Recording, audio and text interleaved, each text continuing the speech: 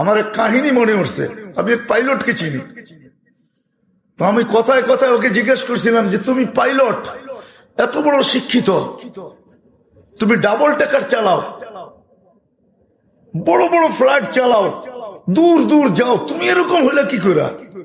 আমাকে বলতেছে মৌলানা मैंने अल्लाह को करीब से देख के हुआ, আমি আল্লাহকে কাছের থেকে দেখা তারপরে এরকম হয়েছে।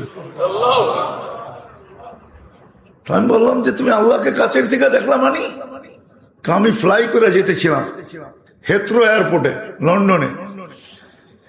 যখন আমি ইংল্যান্ডের সীমানায় ঢুকে গেছি, হেথ্রোতে আমি ল্যান্ডিং করব, সীমানায় যখন ঢুকে গেছি, তো আমি বটনে পুশ করে চেকিং করে, এর আগে চেক করে যে সবকিছু ওকে আছে কিনা। তো আমি বটন চেক করতে যাই, দেখি আমার চাক্কা নামবে না, কিন্তু আমার কাছে ফুয়েলও নেই যে আমি ফেরত যাব, কারণ আমি 9 ঘন্টা ফ্লাই করে আসছি, 18 ঘন্টার ফুয়েল আমার কাছে নাই। আমাকে হয়তো ক্রাশ করাইতে হবে, নাইলে নামতে হবে যে কোনো ভাবে।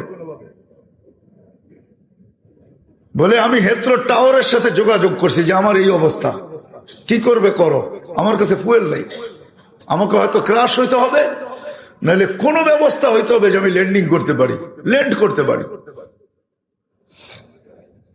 হেথ্রো এয়ারপোর্টের ভিতরে কিয়ামত হয়ে গেছে, কিয়ামত, যে এই জাহাজকে ল্যান্ড করাবে, তো করাবে কি করে? তারপরেও একটা সিস্টেম থাকে, ঠিক না? কিন্তু বলে ওই সময় যখন আমি ল্যান্ড করতেছি প্রসেসিং এর মাধ্যমে, তখন আমার হঠাৎ মনে উঠছে আমি না মুসলমান। তখন আমার মনে উঠছে আমার আল্লাহ না সব পারে। বলে আমি চিৎকার দিছি ককপিটের ভিতরে, আমার আল্লাহ সব পারে বলে বটনে চাপ দিছি, গড় করে আমার চাক্কা নেমে গেছে। আমি স্বাভাবিকভাবে ল্যান্ডিং করছি, এর আগের কিয়ামতের চেয়ে বড় কিয়ামত হয়ে গেছে। পুরা এয়ারপোর্ট ছুটে আসছে, তুমি আমাদেরকে এই ধোকা দিলে কেন? তোমার জন্য হেথ্রো এয়ারপোর্টের মতো হাজারো ফ্লাইটকে আমরা বাতিল করছি, ডাইনে বামে পাঠায়া দিছি যে অঘটন থেকে বাঁচার জন্য। তুমি তো স্বাভাবিকভাবে ল্যান্ডিং করলে। আমি বললাম যে চেক করো, তারপরে কথা বলো।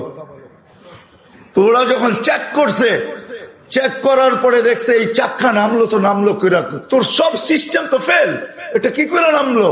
বলে আমি দ্বিতীয়বার দরজার ভিতরে দাঁড়ায় চিৎকার দিছি আমার রব সব পারে। তখন আমি এয়ারলাইন্সের মালিককে, এয়ারলাইন্স চালাদেরকে চাবি বুঝাইয়া দিছি, লও তোমাদের চাবি, 4 মাস পরে চাবি